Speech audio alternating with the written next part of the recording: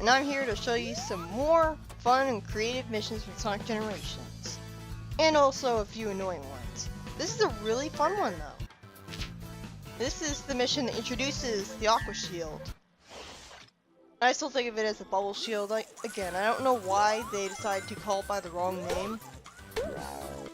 But it is really fun. You move so high upwards from a single bounce. This is the way that the Bubble Shield should have been in the first place. Why can't every 2D Sonic game have these? Why can't modern Sonic use these? Why can't having the bubble skill equipped, like create monitors in the levels that create shields for you? Why does the bubble skill just act the way it does? Why can't you just spawn in a level with the bubble shield already activated so you don't forget that you have it and that you can activate it? Like, it's great that the elemental shields are here, but they could have been handled a little bit better. The weird thing is that, yeah, like, the bubble shield surrounds you with water, but you'd think that that would put out the fire. And yet, you get damage from jumping into fire. And it's also kind of weird because, like, it surrounds you with water, but I guess that traps air inside of it. Like, your character is not existing within water, because then they would drown. But still, you think the layer of water surrounding them would douse the flames. And for that matter, why does the fire from the fire shield make you immune to fire? Like, I guess because you have control over fire, sort of, because you're walking around with it surrounding you and you're not walking into it, so you're telekinetically moving it with you. I guess that control over fire extends to moving the fire that would normally hurt you. So it makes it get absorbed into the fire shield, because the fire shield is made of fire. Same goes for the electric shield. It absorbs electricity into it, and then I guess it returns it back to its normal position, so the electricity acid doesn't go away. Like, that would have been more convenient, like making it go away. I don't know why you have to make a separate skill set for every single elemental shield there is. The console and PC versions of Generations is like Colors DS and Colors, in that it features characters other than Sonic, Tails, and Eggman. The 3DS version of the game only has Sonic, Tails, and Eggman, just like in Colors for the Wii. I think it was better for them to have Sonic's friends at least be there, since it's a celebration of the franchise's history and all. It's annoying how, like, IGN complained just from them being there, when they weren't even used well at all. They literally just stood around and were just there for, that is the world's slowest moving projectile. Not complaining. But yeah, they didn't really properly use Sonic's friends at all. And I think, from what I've heard, Forces, they're going to basically do the same thing. They're going to have all of the friends of Sonic just be there talking to them with a radio. And I would prefer just being able to at least play as them. Like Generations proved that you can play as other characters in Sonic and have the same gameplay as Sonic. There's no reason you can't. And the Real Tales mod proved that you can have Sonic's gameplay but with just one new gimmick. And that's in a 3D Sonic game. Even if it is mostly 2D, but whatever. But no, let's just put Team Chaotix in Forces but not actually doing anything with them. Let's put Silver in Forces but not let you play as them. I don't know. I like that you can collect, like, clocks to increase the amount of time that you have, but it doesn't really matter too much.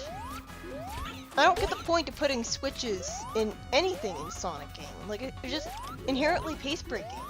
It's easy to overlook a switch that's on a ceiling because you're not usually looking for them there. If you view the entire white world, hub world, in a 3D model viewer, if you zoom out and look around, the entire Crisis City is actually there. What a waste of development! Like, they literally put the entirety of Crisis City in the hub world, and you don't even get to see it. It wastes this space, doesn't it? in the console version of Generations, when you're looking at the models, the Silver and Rouge on their character profiles, they both strike the same poses, which is kind of funny. Like, does Rouge strike a girly pose? Does Silver strike the same girly pose? Well, it makes sense. He's never really been shown to be effeminate, though, just not manly. Classic Mighty looks pretty cute. Kind of weird to have a modern Mighty since we've never actually had him show up in a modern game for no reason whatsoever. Mighty was characterized in the Archie Sonic comics as the strong one. Like, he was, I think the difference between him and Knuckles was that Mighty was strong but unskilled, and Knuckles was honorable, even though he betrayed Sonic like 4 times. Whatever. I guess it's more of a karate thing.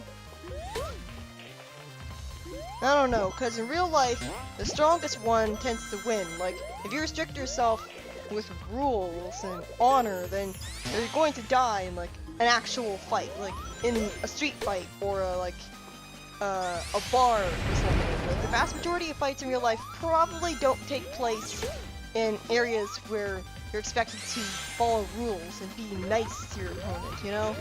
Don't really see the point of glorifying, like, karate that's all honorable, and let's not have, like, nut shots, even though that will probably save your life in a real fight 99% of the time. I don't know. I don't have any experience with that kind of stuff because I'm a girl, but that just seems unrealistic.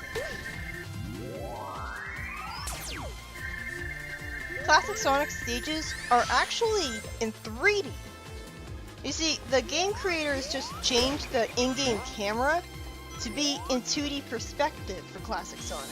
As a result, you can use glitches or mods to make the camera in 3D for Classic Sonic. The problem is, he doesn't really work right in there.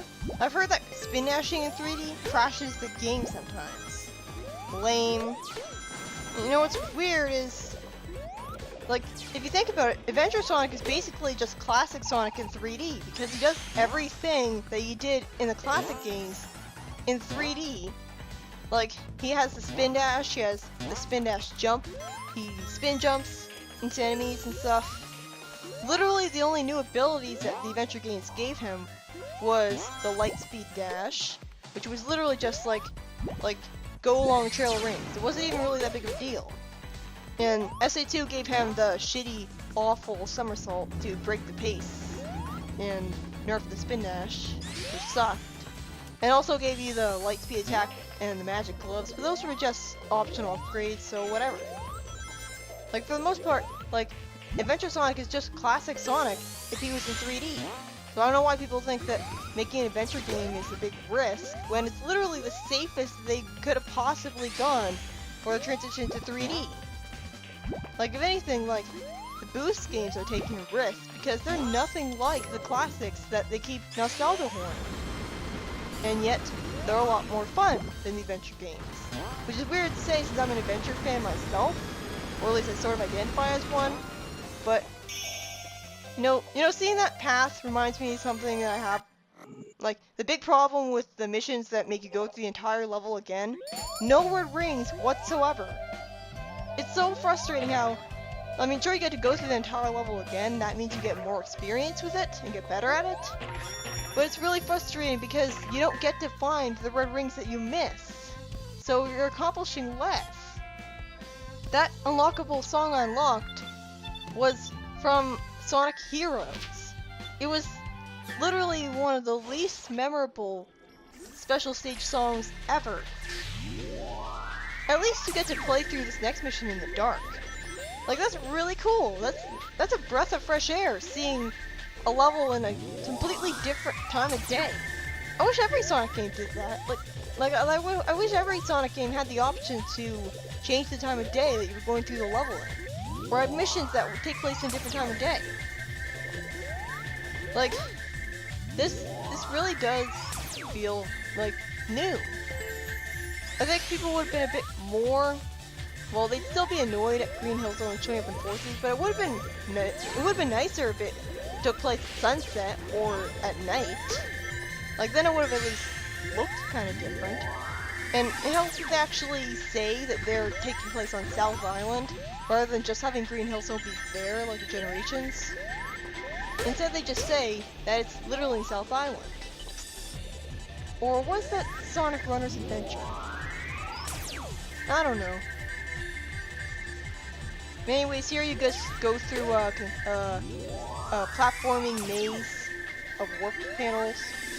There was one cheap beam shooting enemy that had to deal with this level, but for the most part, this was fine. But because it's all about platforming, it's not really exciting.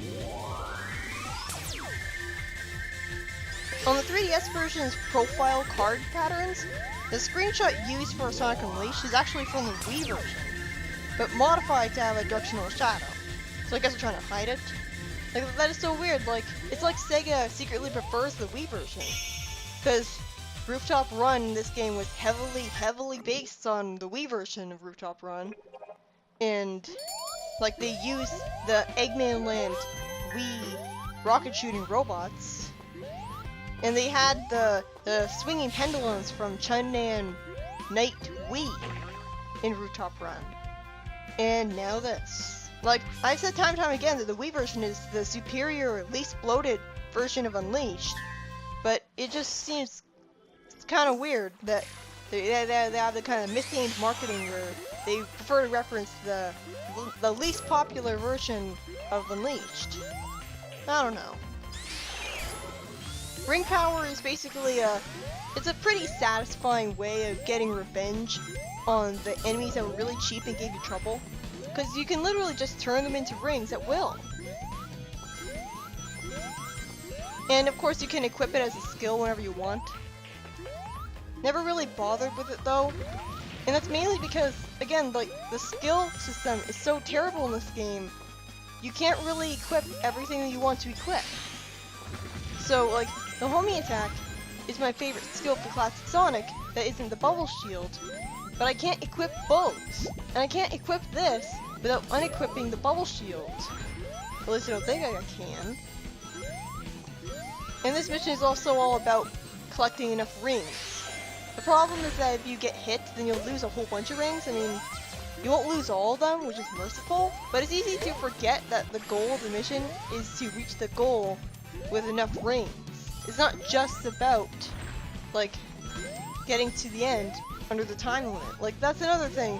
Because there's a time limit, that can be distracting. You can get into your head that you have to beat the goal under the time limit. That's the only challenge.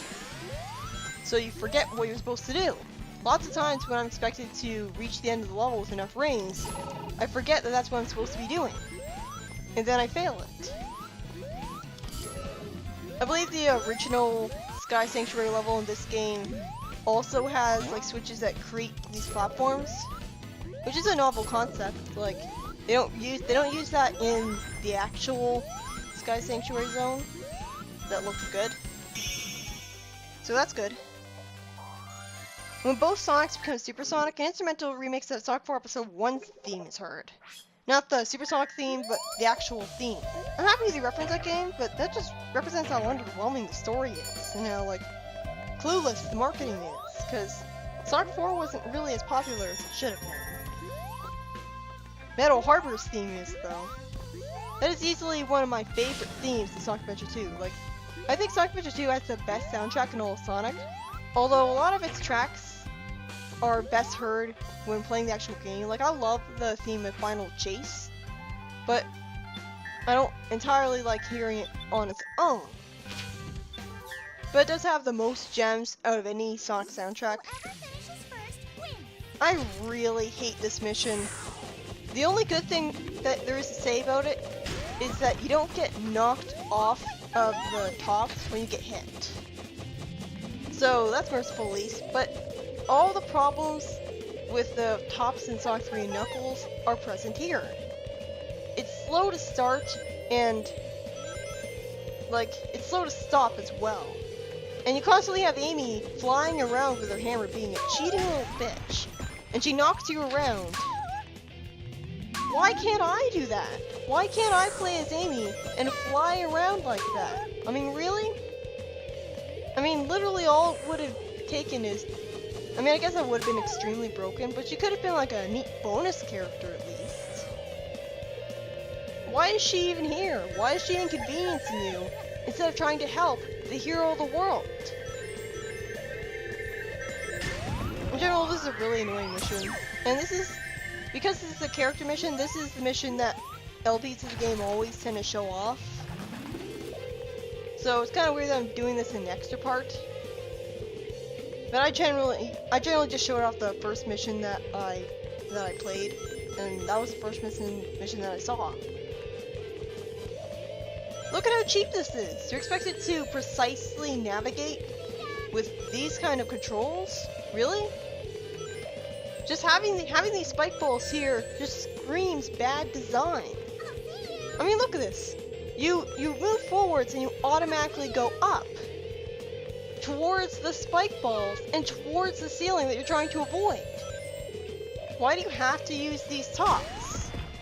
It's bad enough that you're racing her? Really? Hedgehog Jam, a music track in the game, sounds similar to the music played during the SpongeBob episode Jellyfish Jam, the music that played during the dance scenes. I don't really remember that though, but I don't think that really belongs in a Sonic game. What a perfect symbol.